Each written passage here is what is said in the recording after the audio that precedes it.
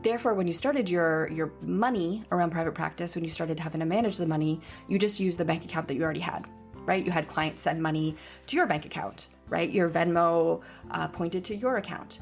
And now you're in private practice and you're getting busier, and maybe private practice is now your full-time thing, or it's getting fuller all the time. And the money is impossible to understand and have any clarity about. It's all just kind of a blurry mess because your personal money and your business money are completely enmeshed. They are like one and the same.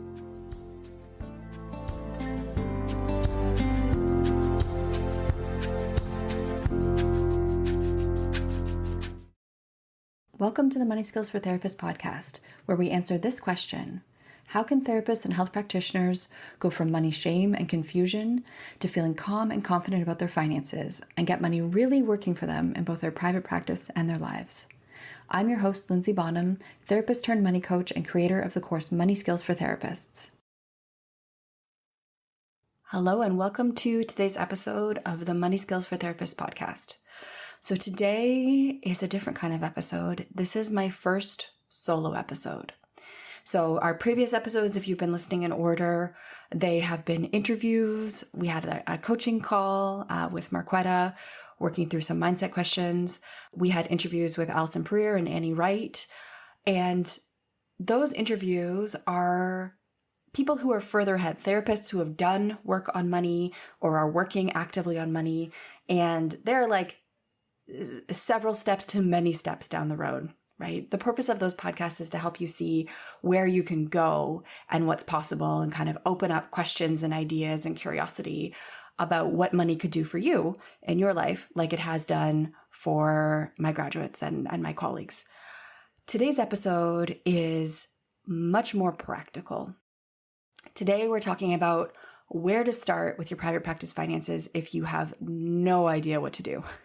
If the prospect of starting to work on your finances in your private practice and improve your relationship with money is completely daunting and overwhelming, today we're going to start with one thing, one actual practical thing that you can do and start working on immediately that is going to improve your relationship to your finances and create more clarity for you.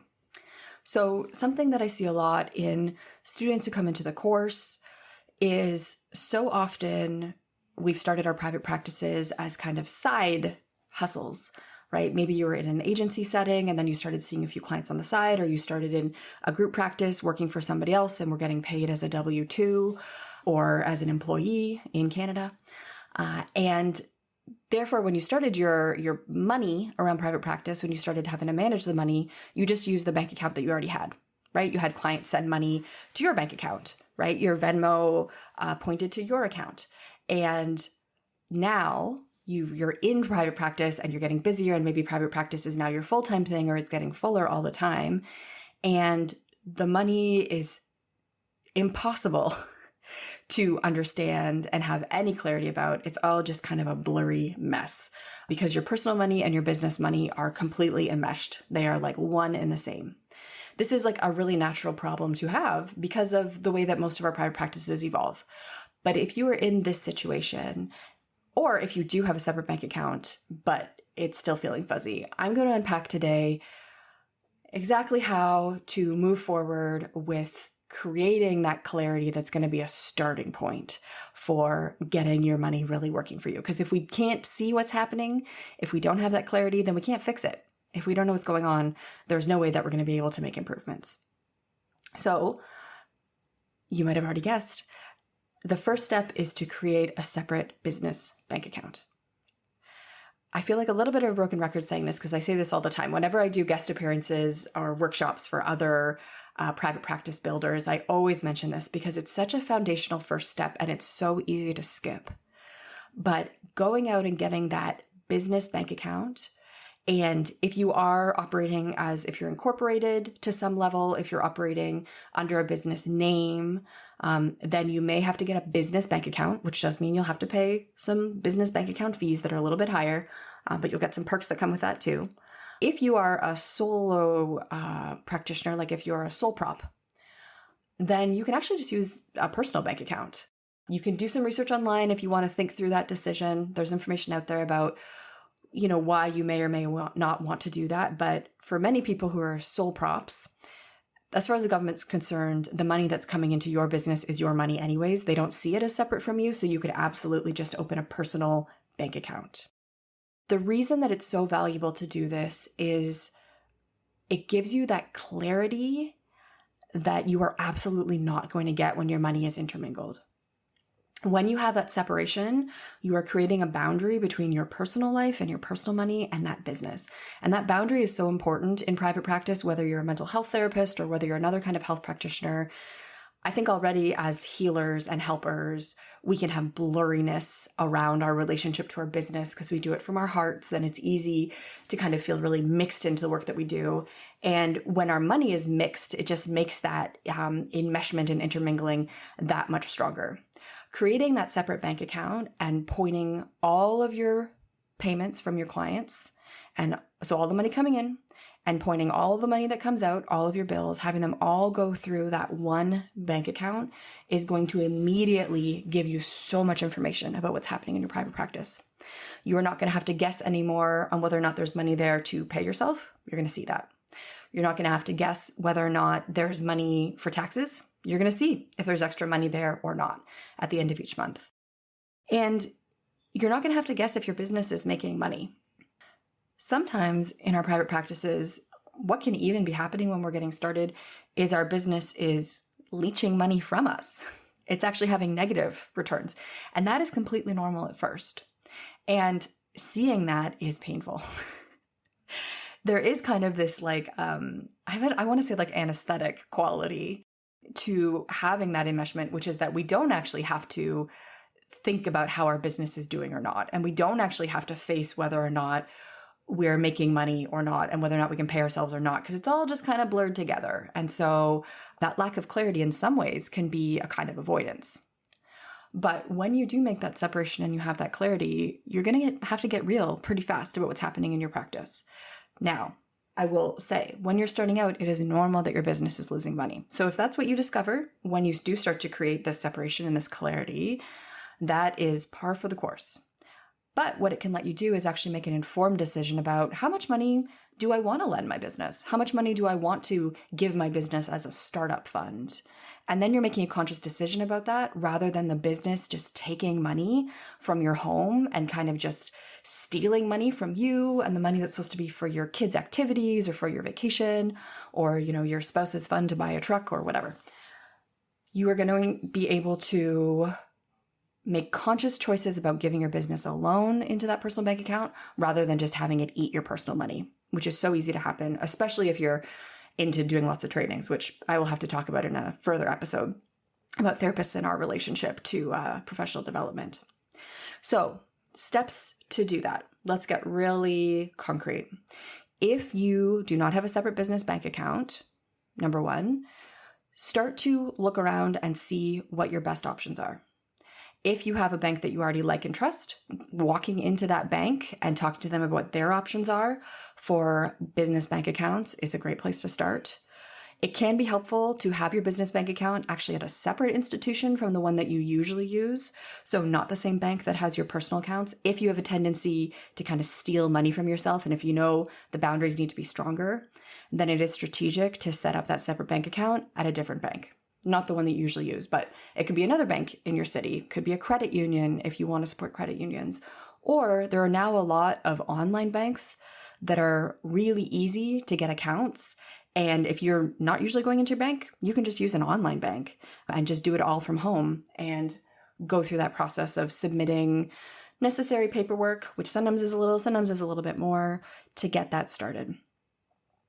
Once you have that set up, once you have a bank account, which sometimes can take a little while, and I want to normalize that. If it takes a few weeks because it takes you a little bit to organize your paperwork, or it takes you a little bit to decide which bank, or if it takes them some time to approve the account or to get your debit card to you, that kind of thing, that's totally normal. Don't think that that's about you.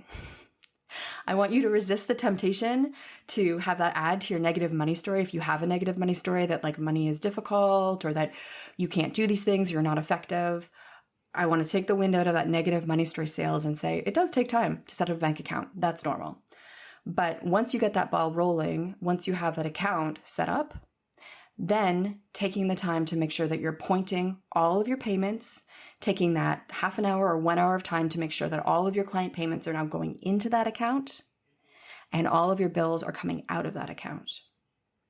It's going to take probably about an hour of your time to do both of those, maybe an hour and a half, depending on how complicated it is. But the clarity that that's going to give you, the ease that that's going to create at tax time when you don't have to go chasing after transactions in your personal bank account and your personal Visa and trying to figure out what's business and what's not, but rather having it all in one place. Honestly, if that's the only thing that you do for yourself around your business finances this year, that's a huge step. You are going to thank yourself at tax time so much when already all of your transactions are in one place, which is in that bank record for that business bank account. So that is the first actionable step, setting up that separate business bank account. Now, if you find that that feels really daunting and difficult, listen for future episodes where we're going to talk about more of the mindset and emotional blocks that can come up around money. Because if that does feel completely impossible, it might be that other things need your attention first. And I was kind of in a toss-up debating over, what topic to talk about in this very first podcast episode of where to get started. Because this is the first practical step. The first practical step is creating that separation, getting that business bank account. But the first emotional and mindset step, which we'll talk about later, is starting to really understand what's happening for you. What are those stories? Starting to create that distance and curiosity about those stories so they don't run you and stop you from doing practical things like this, like getting your business separated from your personal finances so you have clarity and ease at tax time. So get that business bank account underway. Take those first steps in this direction. I cannot overstate how grateful you will be to yourself at tax time, how much your future self is going to appreciate this if this is not a step that you've done already. And if you do have a separate bank account, but you don't have it completely separated, if you're, say, I see a lot of cases where, say, your insurance payments, if you're on insurance panels, your insurance payments are still going to that old bank account, even though you've set up that new bank account. Take that hour of your time and point those payments towards your new bank account. It takes a little while. It can create like a little bit of a hiccup or a gap in your payments, but it is absolutely worth it for the time that you're going to save later and the headache that you're going to save yourself later. If you want to hear more from Money Nuts and Bolts, you can follow me on Instagram. You can find me at Money Nuts and Bolts. So we're putting out free money content there all the time. And if you are interested in learning more about Money Skills for Therapists, the full course, this is where I walk you through step by step in nice little bite-sized chunks, how to go from money confusion and shame to calm and confidence. We walk you through mindset pieces of working through those emotional blocks that can make money so difficult, but also very practical pieces to actually have you set up a financial system that makes sense for you and your brain and can help you really get money working for you in your private practice and your life. Not just the basic things, but next level things like being able to support the life you really want and saving for those bigger, more important goals. If you're interested in learning more about the course, you can check out my masterclass. We'll put the link in the show notes. It's the 4-step framework to getting your business finances totally in order. Thanks for joining me today for our first solo episode, and jump over to Instagram and let me know when you have that business bank account all set up.